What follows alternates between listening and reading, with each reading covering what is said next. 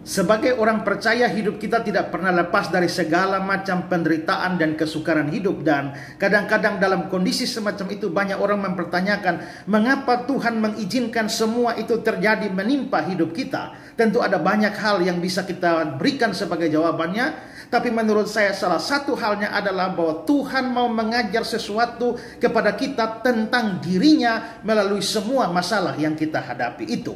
Murid-murid pernah dalam sebuah pelayaran dihantam badai. Tapi gara-gara dihantam badai dan Yesus meneduhkan badai itu, sehingga akhirnya mereka menjadi lebih kenal Yesus. Siapa gerangan orang ini, sehingga angin dan air pun taat kepada dia.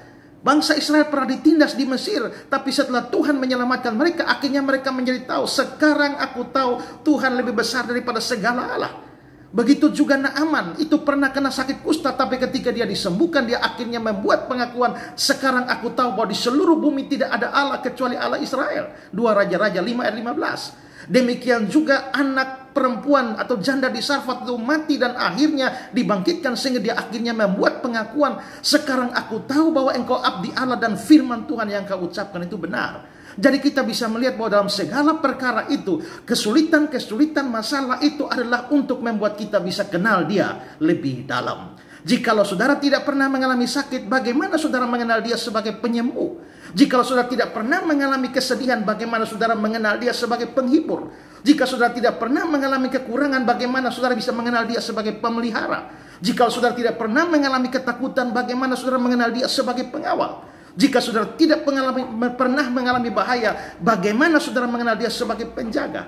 Jika saudara tidak pernah mengalami kesendirian, bagaimana saudara mengenal Dia sebagai sahabat? Jika saudara tidak pernah mengalami kebimbangan, bagaimana saudara bisa mengenal Dia sebagai penasehat? Jika saudara tidak pernah mengalami segala macam tuduhan, bagaimana saudara mengenal Dia sebagai pembela?